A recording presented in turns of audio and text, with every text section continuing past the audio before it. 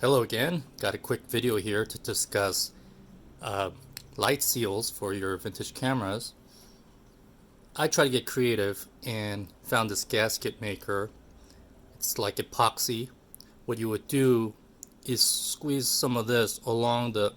No, you don't do that. I actually thought about it, but it was a mess. I actually experimented. This will flake off and it will be disastrous. Nice thought, but not gonna work.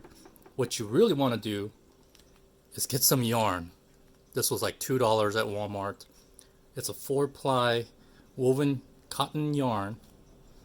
You take a piece like this from the end, doesn't matter.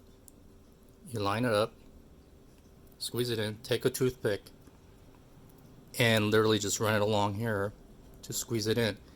Now, other people have suggested taking out the old filler that's in there, but I would say just leave it, squish it in.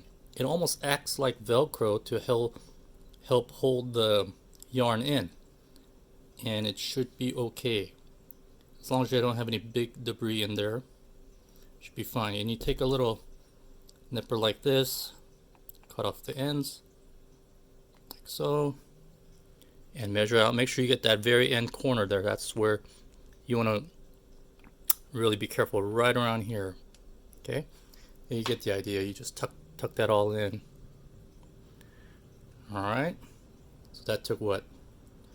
I'm trying to do this fast, but you could imagine how easy this is.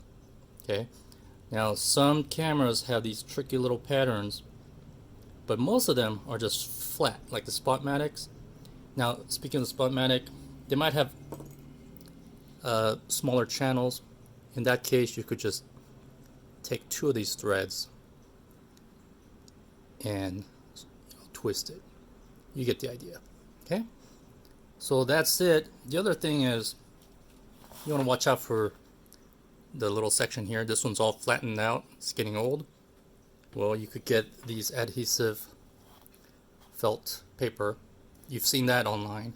The only thing I want to add was sorry, you want to get a nice ruler, because if you try to cut this along with an X-Acto blade, your blade could actually cut any kind of plastic or cheap rulers. You want to get a good solid ruler and make sure you're careful, and always protect your dining table like what I'm using here, and you get yourself a cutting mat.